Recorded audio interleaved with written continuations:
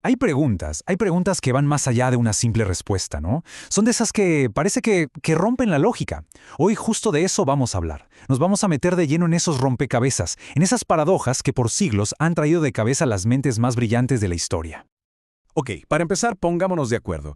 ¿Qué es exactamente una paradoja? Piénsenlo así, es una idea que, de entrada, parece contradecirse, choca de frente con lo que nos dice la intuición, ¿saben? Y nos deja con un nudo mental tremendo. No es que sea algo difícil de entender, no, es que parece literalmente imposible. Y para que sientan una paradoja en carne propia, a ver, chequen esta frase tan simple. Es una versión de la famosísima paradoja del mentiroso. Si la afirmación, esta afirmación es falsa, es verdadera, entonces lo que dice es cierto, o sea, que es falsa. ¡Pum! Contradicción. Ok.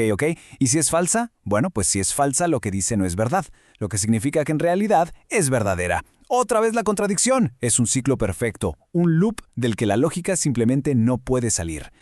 Y aquí está lo importante, de verdad, esto no es solo un jueguito mental. Estas paradojas son como grietas en los cimientos de cómo entendemos la realidad. Y cuando nos asomamos por esas grietas, ¿qué vemos? Pues vemos los límites de nuestro propio lenguaje, de nuestra lógica, hasta de nuestra percepción. Nos obligan sí o sí a cuestionarlo absolutamente todo. Bueno, pues vámonos a nuestra primera parada. Viajamos hasta la antigua Grecia, para conocer a un filósofo que se atrevió a decir que el movimiento, sí, eso que sentimos y vemos a cada segundo, en realidad es una simple ilusión.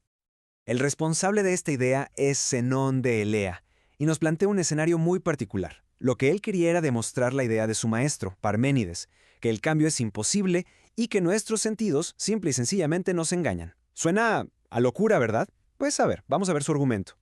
Y aquí es justo donde la lógica como que se dobla. Fíjense en los pasos. Aquí les corre esos 10 metros de ventaja, ¿no? Pero para cuando llega a donde estaba la tortuga, pues ella ya avanzó un poquito más. Ok, aquí les cubre esa nueva distancia. Pero la tortuga ya se movió otra vez. La distancia entre ellos se hace cada vez más y más pequeña. Casi nada. Pero si lo pensamos lógicamente, parece que nunca, jamás la va a alcanzar. Entonces, el punto clave de Zenón es este. Para ir de un punto A a un punto B, tienes que completar una serie infinita de pasos. Y completar una serie infinita de cosas es, lógicamente, imposible. Claro, todos sabemos que en la vida real, Aquiles le gana a la tortuga. Y por mucho. La solución a este acertijo tardó siglos en llegar, con el desarrollo del cálculo. El cálculo nos enseñó a sumar esas series infinitas y ver que llegan a un número final, a un límite. Pero imagínense para los griegos, esto era un verdadero dolor de cabeza para la razón. Muy bien. Ahora dejemos el mundo físico por un momento y pasemos a un rompecabezas que tiene que ver con la identidad, con quiénes somos. Y la verdad, es fascinante. A ver, la historia empieza con un barco muy famoso, una auténtica reliquia.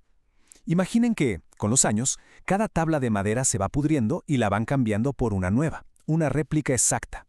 Así una por una, hasta que llega un punto en que ya no queda ni una sola de las piezas originales. Pero aquí viene lo bueno, el giro en la historia. Resulta que un coleccionista guardó todas las tablas viejas, las originales, y con ellas reconstruyó el barco. O sea que ahora tenemos dos barcos. Como podemos ver, está el barco A, el del museo, que tiene la forma y la historia, pero con partes nuevas. Y luego está el barco B, el reconstruido, que tiene todas las partes originales, pero es, pues, una creación nueva. Entonces, la pregunta del millón es, ¿cuál es el verdadero barco de Teseo? ¿La identidad está en el material, en las tablas originales, o está en la forma, en la historia continua de la nave? No hay una respuesta fácil, ¿eh? Y justo este enigma ha puesto a pensar a los filósofos por siglos sobre qué significa, en el fondo, ser la misma cosa. Y claro, este rompecabezas tan antiguo nos lleva a preguntas bastante inquietantes sobre nosotros mismos. Piénsenlo, si casi todas las células de nuestro cuerpo se van reemplazando con los años, ¿qué es lo que nos hace ser la misma persona hoy que hace 10 años? ¿Qué es lo que permanece?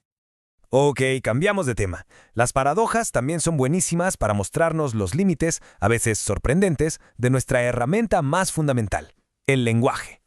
Esta se llama la paradoja de Sórites, o la paradoja del montón, y nos enseña cómo palabras que usamos todos los días, como montón, se hacen pedazos cuando las analizamos con lupa. A ver, si a un montón de arena le quitamos un granito, sigue siendo un montón, ¿no? Pero si seguimos quitando granos uno por uno, ¿en qué momento exacto deja de ser un montón? La lógica nos pide una línea clara, un número exacto, pero nuestro lenguaje es vago, es impreciso y simplemente no tiene esa respuesta. Y hablando de lógica, tenemos que hablar de Bertrand Russell, uno de los grandes, un gigante de las matemáticas. Él se inventó una paradoja que parece un simple acertijo de pueblo, pero que en realidad sacudió hasta los cimientos de la teoría de conjuntos. La pregunta es sencilla. ¿Quién afeita al barbero? Pero la respuesta es imposible. Piénsenlo. Si el barbero se afeita a sí mismo, entonces rompe su propia regla, porque él solo afeita a los que no se afeitan a sí mismos. Ok. ¿Y si no se afeita a sí mismo? Pues entonces entra en el grupo de los que deben ser afeitados por el barbero, o sea, él mismo. Es otro de esos loops sin salida. Y este pequeño cuento reveló un problema enorme en cómo los matemáticos definían sus conjuntos de cosas. Bueno, y ahora sí, vamos con el ¿qué pasaría si? Más famoso de todos. La paradoja del abuelo. Una que va directo al corazón de la causalidad, del tejido mismo de la realidad. Y aunque parece un problema sin solución, un filósofo llamado David Lewis propuso una salida, la verdad, increíblemente ingeniosa. Él argumentaba que esta paradoja, en realidad, no prohíbe los viajes en el tiempo para nada. El escenario clásico ya lo conocemos. Un viajero en el tiempo, llamémosle Tim, viaja al pasado para matar a su abuelo, antes de que éste conozca a su abuela. Si lo logra, su padre nunca nace. Y si su padre no nace, pues él tampoco. Entonces, ¿cómo viajó al pasado para empezar?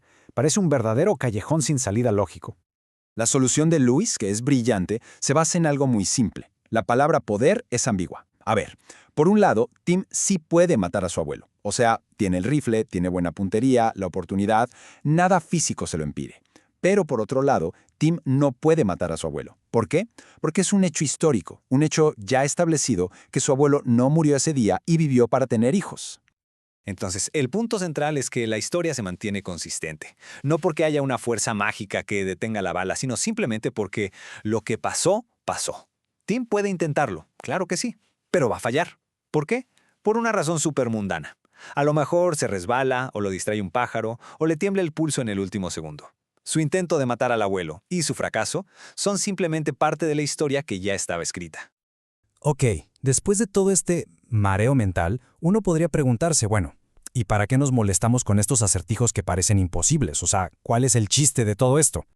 Pues porque las paradojas no son errores que hay que corregir.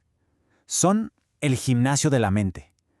Nos señalan con una claridad brutal, casi como un láser, el punto exacto donde nuestras teorías actuales se rompen. Y al hacer eso, nos obligan a pensar más, a construir modelos de la realidad que sean mucho más fuertes, más profundos y al final más precisos. Al final del día, las paradojas nos demuestran que el universo es infinitamente más complejo y fascinante de lo que nuestro llamado sentido común nos deja ver. Nos dejan con preguntas todavía más profundas y nos recuerdan que la búsqueda de conocimiento no tiene fin. Es un viaje lleno de sorpresas, de giros inesperados que nos invitan a una sola cosa, a nunca dejar de cuestionar.